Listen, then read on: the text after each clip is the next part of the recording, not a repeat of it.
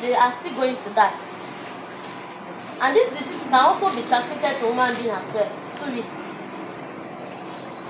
So that is why you need to practice good biosecurity. Vaccinate them well, clean their house. So the organic method of curing it is use of green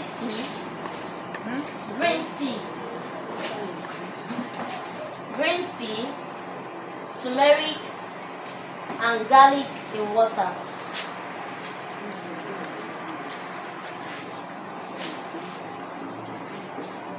Green tea, turmeric, and garlic in water. What you do to the green tea is you prepare it like a tea. They used to sell green tea. They sell green tea. Your turmeric and garlic, you blend it, put it inside water, inside that green tea water, and give to them.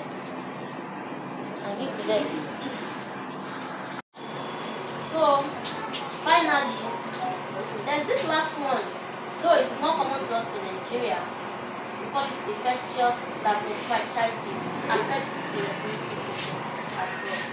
That's why when you spot some chicken, you see their liver is expanded. Some things, it's just like, why is this thing too big like this? Or maybe you see some sign of color on the liver, the disease. Or when you want to pull out the intestine, it's sticking to the wall of the chicken, is a disease. So finally, I would say that diseases are very dangerous to production and can cause total loss of production and depression to the farmer. You know, when your chicks are not feeling fine, you are spending money, you feel bad, you will not be active to the farmer. Therefore, be vigilant. Continuous flock health monitoring is a must. Once you enter your pen house, look at them, listen to them. When you enter, they are not making sound, they are not jumping up, they are not jubilating, something is wrong. When they see you, they are not moving, something is wrong. When you give them feed, they are not eating, something is wrong. Use all available senses: sight, touch, smell, and hearing. When you enter your poultry house, you are hearing this foul smell, that is ammonia smell, and it also causes coccidiosis. Ammonia smell. That means you do not clean where you are supposed to clean. You are not changing the litter at the right side. And as well as common sense. Look for all possible causes or disposing factors. Initiate corrective and preventive measures promptly. Now, in the case whereby you enter your chicken pen and you see that you are hearing this smell and you just ignore that, don't worry, I'll do it tomorrow or next tomorrow. Before next tomorrow, the disease will have continue growing, and viruses grow in multiple folds. They grow in thousands folds. They don't stay. They go in thousands folds. So by the time you come back in the next 2 or 3 days, they don't want to claim. They might already start dying. So you don't procrastinate in chicken business. You don't procrastinate. Anything you're supposed to do, you do it at that right time. So those are the things that will help us to fight against disease. And like they always say that prevention is better than cure. You spend less in preventing, but you spend ×3 in curing. Spend ×3 in curing. So once you practice good biosecurity, you provide adequate feed and water, there is good ventilation, and the heat you give to them at the young age is okay. There is good lighting system for them to eat and drink. You will not have any problem with your chickens. Like I would always say, poultry business is one of the lucrative business in Nigeria. Because no matter what you invest, you are going to get it back in double folds. Except you are not doing the right thing. No matter what you invest, you get it back in double folds. Let's take for example, I have 10 chickens, day old. If I want to go that day old to the big, I can't use more than 1 bag or 1.5 bag for them to be big that I will sell. Now I'm buying 1 bag, maybe let's say 10,000, and I'm selling one of my chickens for 5,000. That's minimum of 5,000. So 5 times 10 is 50,000. Now let me deduct the money I use for buying the feed and the money I use for buying the chicken out of the money. You still have money. Now let's assume that I I'm buying all these plants that I'm using for them. I cannot use 1,000 naira to buy all the things that I will use for them throughout their growing period. So it is only left if I do not do the right thing at the right time. That is when I will not have my money back. So once you practice good biosecurity system, you give them good food, clean water, their environment is clean, and you don't borrow things from other people's farm, you don't go to other people's farm unnecessarily, you are going to have whatever you sow. And lastly, I will talk about processing. You know, sometimes somebody might want to buy chicken for you and tell you that, can you help me to kill it and breast it? You charge them for it, not for free. So they are going to use your light to. So you charge them for it. Now, some of us that will be interested in supplying eateries, hotels, and the like, you will be the one to dress it for them. And we don't dress the way we kill chicken at home, not the way we kill chicken that we sell. There is a different way that you kill chicken that you want to sell. And you don't use too much hot water. The water, if it is boiled, don't pour it on the chicken. Just put the chicken inside the water and remove, so that the body will not be tearing. And if you notice, there's a way you can do it, like drain it. Just pull your hand like this. It should be removing by itself, except you are going the otherwise way. So to do that is very easy. Just pull your hand like this, except you want to do the toes, like to be making any difficulty. And when you want to slaughter, you slaughter close to the neck. That is where you slaughter, because you are going to remove the neck also. So you slaughter the head in the neck. After that, when you want to, after removing the feathers, you want to remove the intestine. Now you go to the crop where their food used to be. You touch it, try and find it. Sometimes they might not finish eating, but try as much as possible to find it. Touch it. Use your knife, the tip mouth of the knife, not the thick one.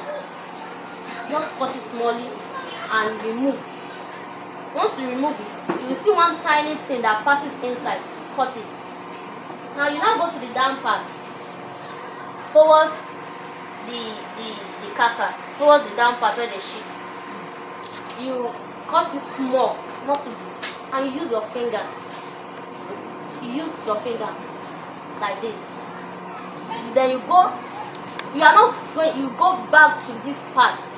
So that is where you pull out everything, and the chicken will be whole. It won't be as if you damage anything. Just 3 fingers, you pull it inside and pull everything out.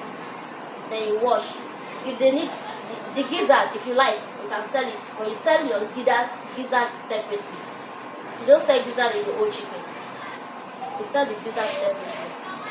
So you put your gizzard separate. If they want to buy the leg, separate. If they're buying leg, separate. The whole chicken, separate. So some people will want to take advantage, maybe you don't know about it, they will say put the leg and everything. You say no. And what they usually do is they used to weigh it. It is what you weigh that they will give you the money for. So you must have a specific price for what you are selling. If I want to sell for 1,800 per kg. Now I went to the market, I see that they are selling 53,000 naira per kg. When I went to the market, they sell 50,000 naira per kg. Now as a farmer, you are supplying other people, you will not be able to sell at that rate. You have to cut price. Except only if you are selling by yourself, you have a refrigerator, you are going to sell. Because they are making use of cold. You get it? And when you already have your chicken and it seems like there is no market, but we feel that such will not happen to them. All what you do is kill all of them, take it to the cold room, let them store it for you. Once you are having buyer, you just go pick your thing, sell. By that, you are not wasting money on feeding. You are not spending excessive amount of money on feeding. Because I used to tell somebody that any chicken you raise more than 8 weeks, you are losing. To me, it's my own experience. And once you are raising more than 8 weeks, you are losing.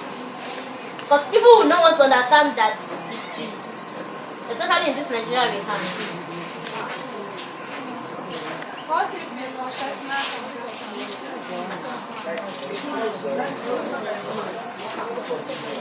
So I said poultry business is very reflective As far as you practice good management. Hello, I'm almost done. I said poultry business is very lucrative as far as you practice good management system and biosecurity. And you can have 4 to 6 production in a year. 4 to 6 production in a year, every 2 months. So far you have space. In fact, I used to tell about somebody that wants to go to chicken business. If you want to really do business, have like 2 or 3 cage. Cage 1, cage 2, cage 3. Start from cage 1. When you want to stop again, go and stop in cage 2. Don't stop in cage 2. So that by the time you come back, this one will have any disease that is there will have died before you stock another one. And don't stock beyond your capacity. Don't stock beyond your capacity. If it is only 10 beds, you can raise conveniently. Raise it, you will get your money back. It's better for you to raise it and get your money back in a short time and start again than stocking large amounts and you will not be able to. And the most interesting part is there is no waste in poultry farm. The feather, the sheet, they are very useful. From their sheet you can get your maggots. From the blood, when you slaughter them, you can get your blood meal. From the sheet, you can sell it to farmers as manure. So there is no waste. They are using the sheet now to generate electricity. I cannot have a big farm now. I will not be spending money on electricity. It's not possible. So there is no waste. And the internal organs, you can feed it to pig or fish. So there is no waste. There is something we used to call feather meal. It's only experts that can do that because you have to fix it before you give it to them because it has character. So there is no waste in any of the poultry byproducts. They are all useful.